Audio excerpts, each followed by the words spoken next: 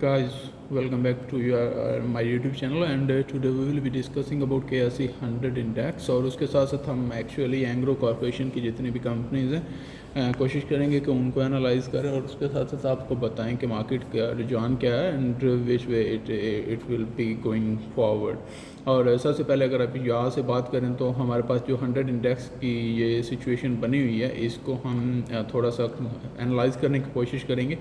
Actually बहुत काफ़ी दिनों से मैं इसको एनालाइज कर रहा हूँ और आपको डेली बेसिस पे वीडियोस में अपडेट भी कर रहा हूँ और एग्जैक्टली उसी तरह से मार्केट परफॉर्म कर रही है एंड दैट्स क्वाइट इंटरेस्टिंग। और उसी के साथ साथ आई होप कि you people are getting maximum benefits from our advice और whatever we are sharing you the chart analysis. तो हम आपको सिखा रहे हैं कि किस तरह से आप चार्ट को एनालाइज कर सकते हैं। और अगर यहाँ पे बात की जाए सबसे पहले तो आपको जो KSE 100 है उसमें हमने कल बोला था आपको कि ये आएगा 1,13,000 तक, लेकिन हमारा जो नेक्स्ट टारगेट है वो 1,12,400 का रीजन है। That is exactly where the market will be coming toward. तो हम अभी भी सोच रहे हैं कि ये रीजन जो है मार्केट के लिए क्रूशियल है, यहाँ तक तो इसको आना चाहिए और अगर यहाँ तक आती है तो definitely we will be still going downward और फ्रॉम दिस मोमेंट। और मुझे लग रहा है कि यहाँ से मार्केट दोबारा एक जो डिप लेगी 1,10,000 की, तो वो रीजन जो है वो एग्जैक्टली बहुत ज़्यादा इम्पोर्टेंट होगा यहाँ से मार्केट में। और उसके बाद अगर आप यहाँ से देखो तो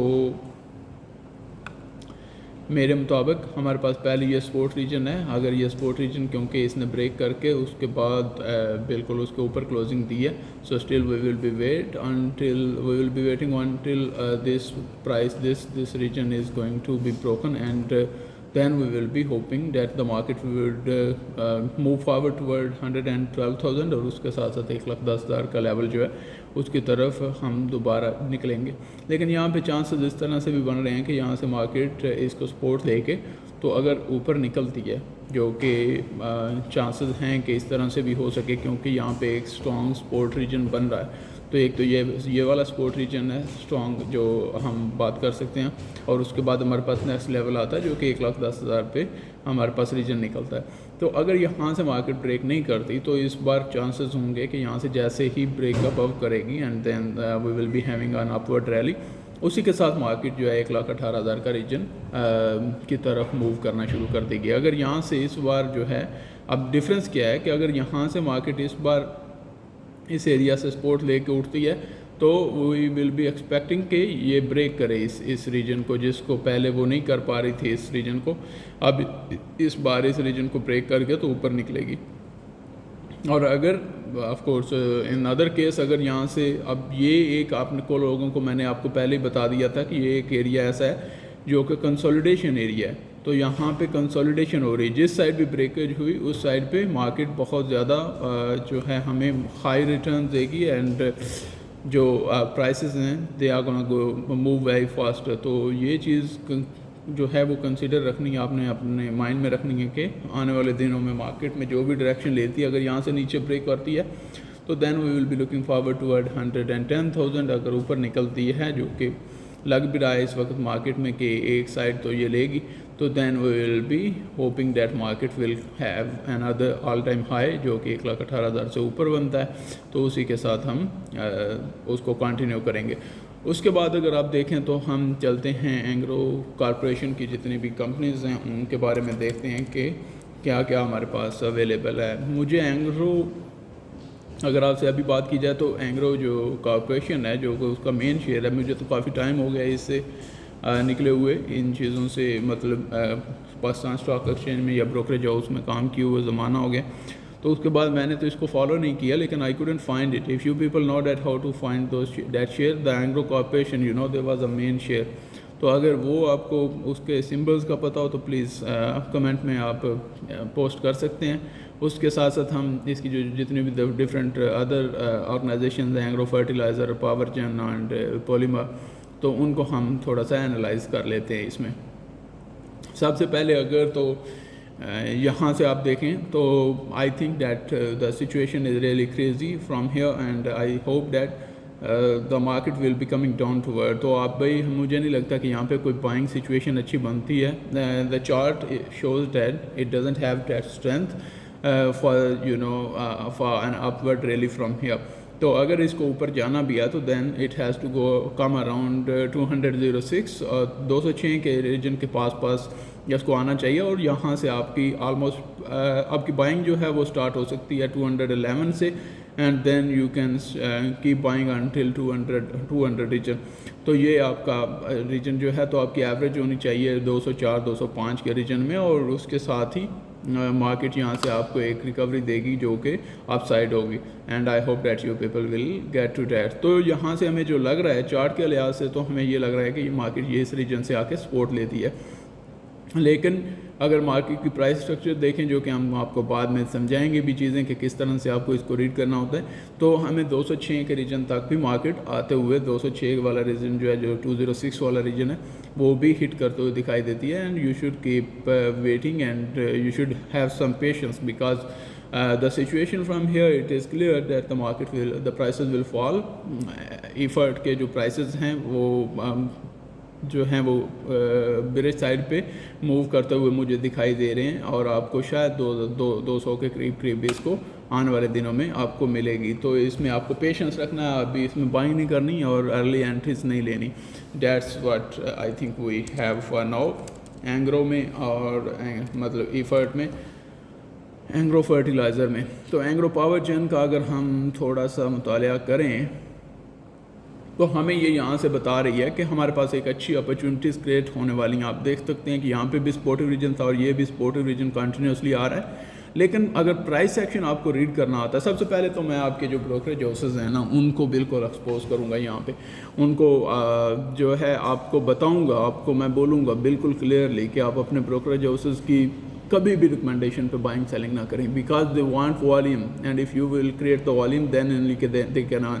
if they are telling you to sell and buy, don't sell and buy, that is for sure. तो आपको ये चीज़ पहले तो माइंड में रखनी है। उसके साथ साथ अगर आप यहाँ पे देखें कि जो आपके पास एंग्रो पावर जेन में है, EPQL में आपके पास पोजीशन ये क्रिएट हो रही है कि आपके लोज जो हैं वो हायर लोज लग रहे हैं। अगर आप कंटिन्यूसली देखें तो ये हमारे पास लो था, उसके बाद हमारे पास ये लो था, उसके बाद हमारे पास ये लो बना, and then we are having lows around here. तो यहाँ से थोड़ी सी क्लैरिटी ये हो रही है कि buyers are in control but the sellers are not in control, because they can't stop the markets at lower highs. तो हाइज जो हैं हमारे पास इक्वल लग रहे हैं, लोज हमारे पास जो है वो हायर लग रहे हैं कंटिन्यूसली। तो इससे ये चीज़ क्लैरिटी में आती है कि यहाँ से मार्केट में बायर जो है वो कंट्रोल संभाल रहे हैं, और एक दफ़ा जैसे ये 28 का रीजन अभी ब्रेक करेगी, और वो आपको बताने के लिए मैं इधर ही हूँ कि आपको ये 28 का लेवल तो अभी ये बहुत जल्द जो है वो ब्रेक कर देगी। तो you have the opportunity to buy from here, and then you will be selling out around 31 के पास, और आपका स्टॉप लॉस होगा 2580 के पास आप अपना स्टॉप लॉस रख लीजिएगा, और आपकी बाइंग यहाँ से 26.9 से शुरू हो जाती है, एंड 31 आपका यहाँ पे प्रॉफिट टारगेट फर्स्ट होगा, and then second would be 32.50 और 60। तो that would be your profit targets. तो आपके पास यहाँ पे अच्छी अपॉर्चुनिटी है। अगर चार्ट को भी आप रीड करें तो प्रॉपरली ये यहाँ से एक ऐसा बिल्डअप बना रहा है, और जैसे ही आपको ये ब्रेक देगा यहाँ पे मार्केट में, आपको यहाँ से एंग्रो पावर जेन में आपको ब्रेक मिलेगा, तो रिटेस्ट करने के बाद ये ऊपर निकल जाएगा, and then we will be having target of 31 and then 33। तो वो हमारे पास जो है टारगेट जो हैं वो अचीव होते हुए नज़र आ रहे हैं आने वाले दिनों में। उसके साथ साथ अगर आप बात करो किसमें हमारे पास और कौन सा शेयर है, ऑलरेडी हम 9 मिनट्स और this video is too long, and Engro polymer I guess, या पॉलीमा एंड केमिकल्स।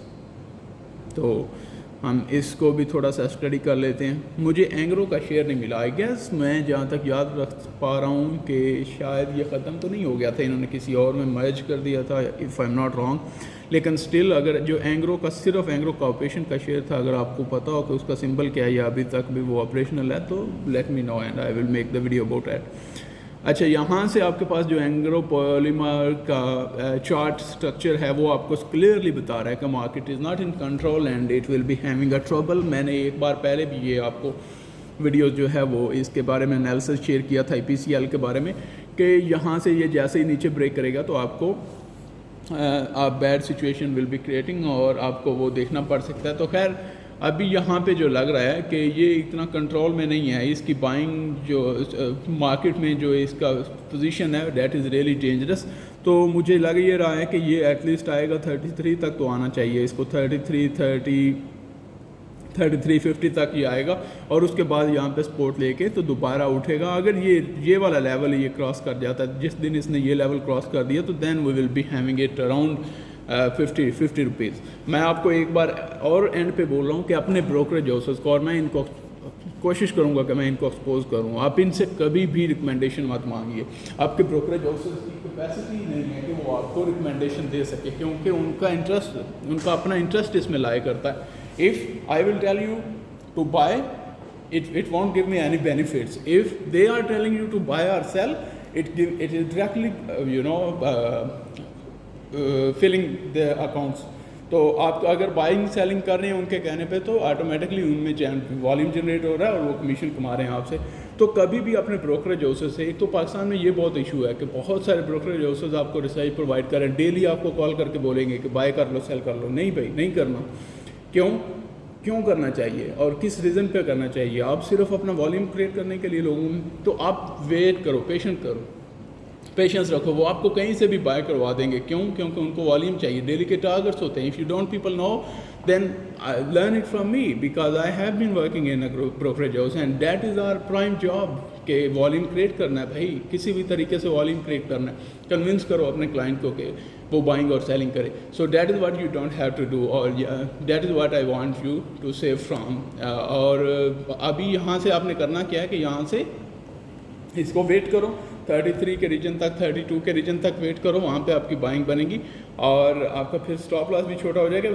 वैसे तो मैं इसमें बिल्कुल भी अभी बाइंग के सिचुएशन में नहीं हूँ, लेकिन जो वो लोग नहीं अब वेट कर सकते, क्योंकि इसमें मार्केट स्ट्रक्चर जो है वो अभी तक बिल्कुल भी ब्रेक नहीं हो रहा। जब मार्केट स्ट्रक्चर ब्रेक होगा, आपका ये वाला पूरा रीजन ही जो है वो आप देख लें कि ये पूरा रीजन क्रिएट हुआ है, ये वाला रीजन पूरा क्रिएट हुआ है जहाँ पे कंसोलिडेशन हुई है, उसके बाद एक्सपेंशन हुई है।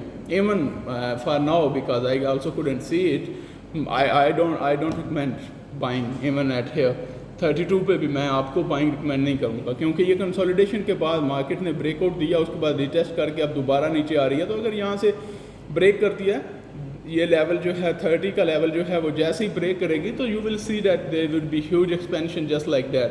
तो आपको इससे बचना है। हाँ, हम इसमें बाइंग के हक में आएंगे जब मार्केट ये वाला रीजन ब्रेक कर देगी। इट्स ऑलमोस्ट 42 रुपीज़ का रीजन जो ब्रेक करेगी, तब हम इसमें सोचेंगे बाइंग आपको करनी चाहिए या किस लेवल पे करनी चाहिए। So there is no buying in EPCL, there is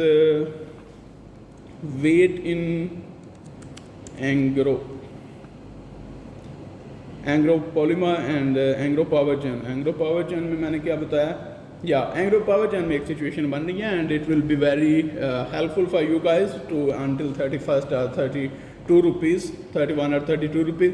तो वहाँ तक जाने के चांसेस हैं इसके। उसके साथ साथ अगर हम बात करें कि एंग्रो फर्टिलाइज़र की, तो एंग्रो फर्टिलाइज़र में आपको मैंने ऑलरेडी बता दिया हुआ है एट द एंड कि इसमें भी अभी अपॉर्चुनिटी नहीं है। आप इसको एटलीस्ट 212 कौन सा रीजन है, हाँ 209 तक तो आपको वेट करना पड़ेगा, और उसके बाद इवन 200 तक भी ये इसकी प्राइसेस मूव कर सकती हैं। तो आपको इसमें वेट करें, I mean you should have patience. तो आपके पास यहाँ पे सिर्फ EPQL आई गेस, तो उसी में बाइंग की अपॉर्चुनिटी है। अदरवाइज EPCL और EFERT में अभी बाइंग की अपॉर्चुनिटी नहीं बन रही। जब बनेगी तो then I will be telling you. Thank you very much, have a good day, take care of your self and be happy.